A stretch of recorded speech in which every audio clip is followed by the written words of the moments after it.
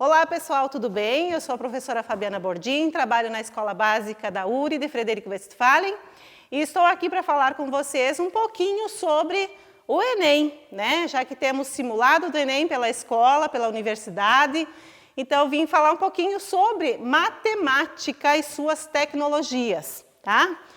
O que nós precisamos conhecer para fazer a prova do Enem? Quais são os principais conhecimentos que nós precisamos ter para a prova do Enem de matemática? Já que 25% da prova do Enem é matemática, 1/4, né?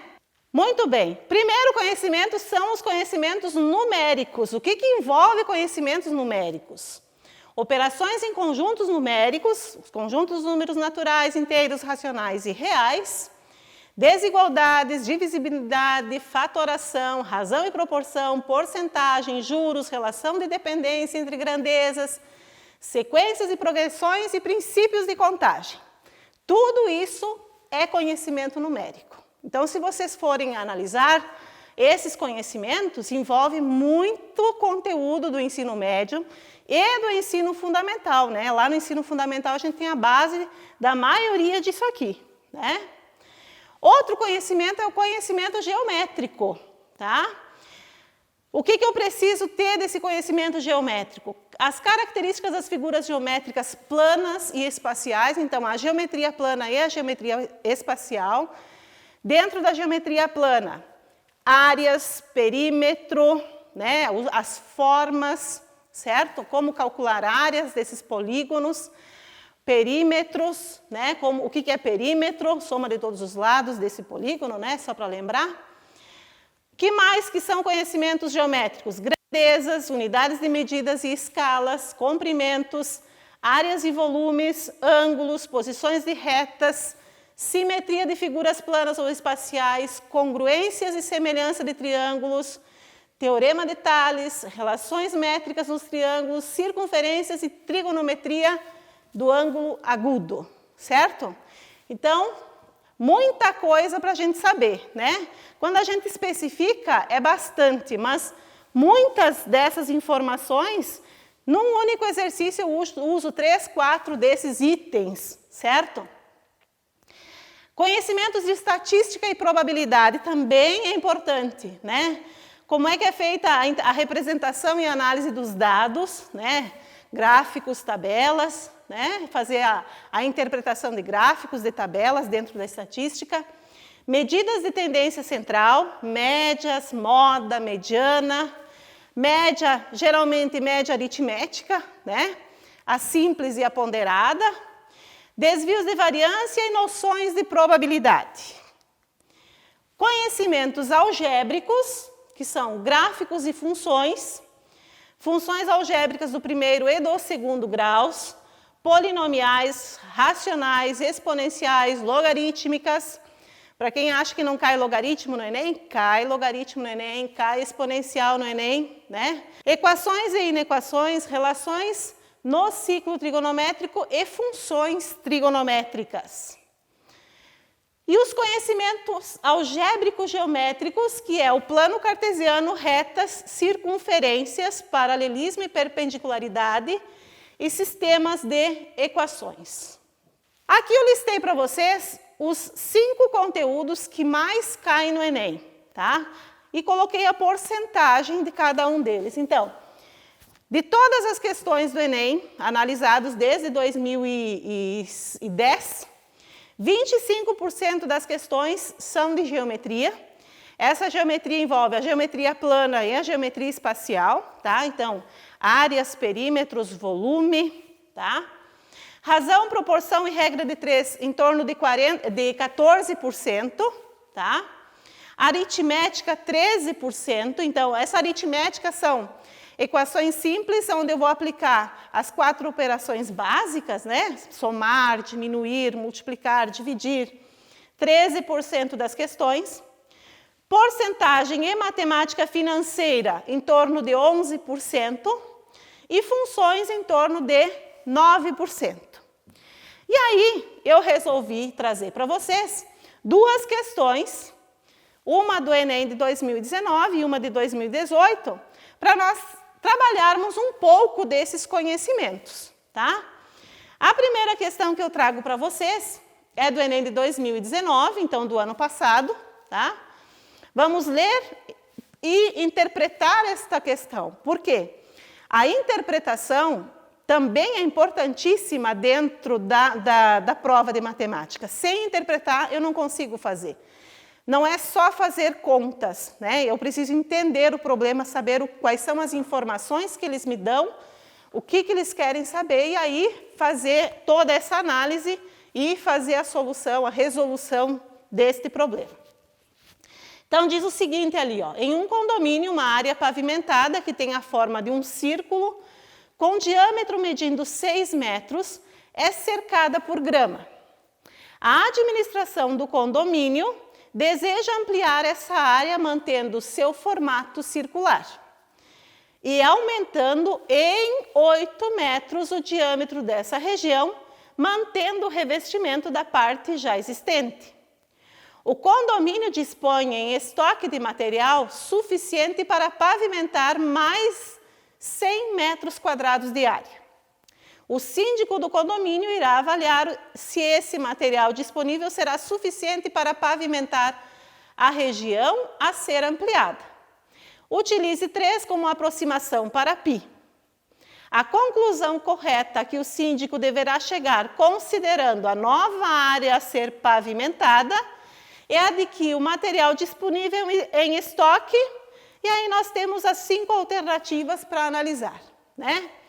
Então, lendo o problema, eu entendo que eu preciso fazer o cálculo da área desta área que vai ser desta área pavimentada, né, que vai ser colocado grama. O que diz ali, ó? Primeiramente, nós temos lá um círculo, né, cujo diâmetro é de 6 metros. Então, o diâmetro 6 metros, nós temos que o raio é 3, certo? Então, esta medida aqui é 3 metros e esta medida aqui também é 3 metros. Diz ali no exercício que já tem grama nesta parte, né? E eles querem ampliar esta região em 8 metros. Olha o português que nos pega pelos garrão, né? Em 8 metros. O que significa em? Que é mais 8. Então, se o meu diâmetro era de 6 metros, eu quero aumentar em 8 metros, eu vou somar 8 metros. E aí eu vou ter 14 metros de diâmetro, certo? Seria como fazer o seguinte aqui, ó. E ele quer manter essa área aqui, né? Então, ele vai aumentar essa região, certo? E o diâmetro agora, que vai isso aqui, vai ser, como é 14, né? Aumenta em 8, então aumenta 4 para lá e 4 para cá. Então, eu vou ter 7 metros de raio. Aí, ele quer saber, ele tem lá 100 metros quadrados de material para colocar nessa área aqui. Ele quer saber se é suficiente ou não. Então, eu vou precisar descobrir que área é esta aqui, ó, que foi aumentada, certo? Como é que eu faço esse cálculo? Bom, primeiramente, eu vou ter que encontrar a área desta região que já estava pronta lá. Então, eu vou chamar isso aqui de área 1, tá? Então, a minha área 1, área de círculo, πr ao quadrado.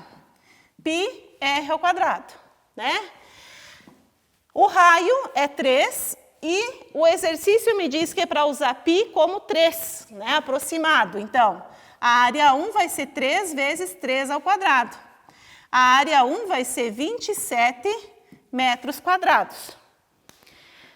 Eu vou precisar descobrir esta área aqui, que é uma coroa circular.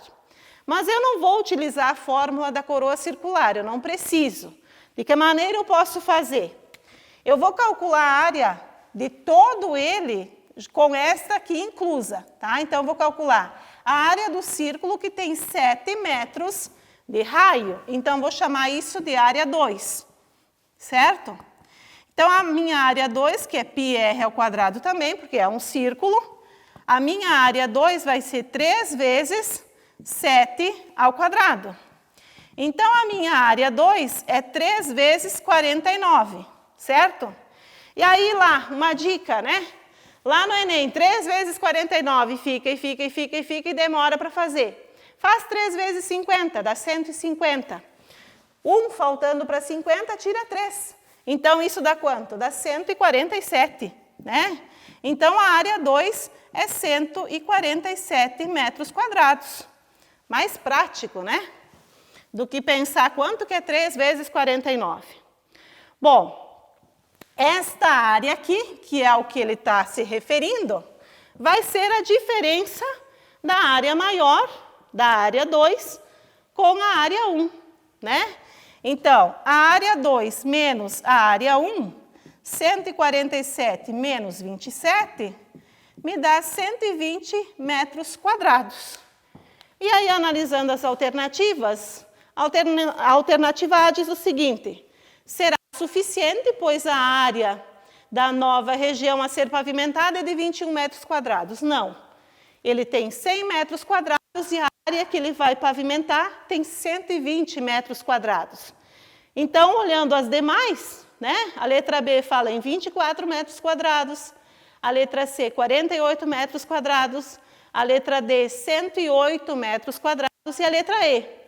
Não será possível, pois a área da nova região a ser pavimentada mede 120 metros quadrados. Então, resposta correta desta questão, alternativa E, não é suficiente, né? 120 metros quadrados, certo? Então, aqui, além de conhecimentos geométricos, conhecimentos numéricos também, certo? A próxima questão do Enem de 2018, envolvendo porcentagem e probabilidade, tá? Então, vamos lá, vamos pensar juntos com esta questão ali, a questão de 2018. Diz o seguinte: o gerente do setor de recursos humanos de uma empresa está organizando uma avaliação em que uma das etapas é um jogo de perguntas e respostas. Para essa etapa, ele classificou as perguntas pelo nível de dificuldade, em fácil, médio e difícil, e escreveu cada pergunta em cartões para colocação em uma urna. Contudo, após depositar 20 perguntas de diferentes níveis na urna, ele observou que 25% delas eram de nível fácil. Querendo que as perguntas de nível fácil sejam a maioria, o gerente decidiu acrescentar mais perguntas de nível fácil à urna, de modo que a probabilidade de o primeiro participante retirar aleatoriamente uma pergunta de nível fácil seja de 75%. Com essas informações, a quantidade de perguntas de nível fácil que o gerente deverá acrescentar à urna é igual a... E aí vamos ter que encontrar essa quantidade, então, né? Analisando e tirando as informações desta questão, nós temos que haviam sido depositadas na urna 20 questões, né? 20 questões. Destas 20 questões, 25% delas eram do nível fácil. Então, eu tinha 25% do nível fácil, né? Do nível fácil. Bom, 25% de 20 questões é uma regrinha de 3 que eu posso fazer, né? Ou simplesmente usar uma multiplicação, né? Eu posso encontrar de duas maneiras. Uma, 25% de 20, né? E aí, fazendo isso, ó, vai simplificar aqui, certo? Vai dar 50 dividido por 10, vai dar 5 questões, né? Ou eu posso também montar a regrinha de 3, de porcentagem, né? Que é sempre uma regra de 3 simples e direta. Então, você teria lá que 20 questões é 100%, 25 questões é X. Faz a a regra da proporção, né? Você vai ficar que x é igual a 20 vezes 25 dividido por 100 e dá as mesmas 5 questões, tá? Aí, o que ele quer que aconteça? Ele quer que a probabilidade seja de retirar uma questão de nível fácil seja de 75%. E ele vai ter que acrescentar, então, mais questões de nível fácil. Eu não sei a quantidade de questões de nível fácil, então eu vou dizer que o número de questões de nível fácil serão 5 mais uma quantidade que eu não sei, que é a pergunta do problema, 5 mais x. Se eu acrescentar x nas fáceis, eu vou acrescentar x no meu total, 20 mais x, né? Como é que se calcula a probabilidade? Então, aqui, nós vamos usar a definição de probabilidade. O que diz a definição de probabilidade?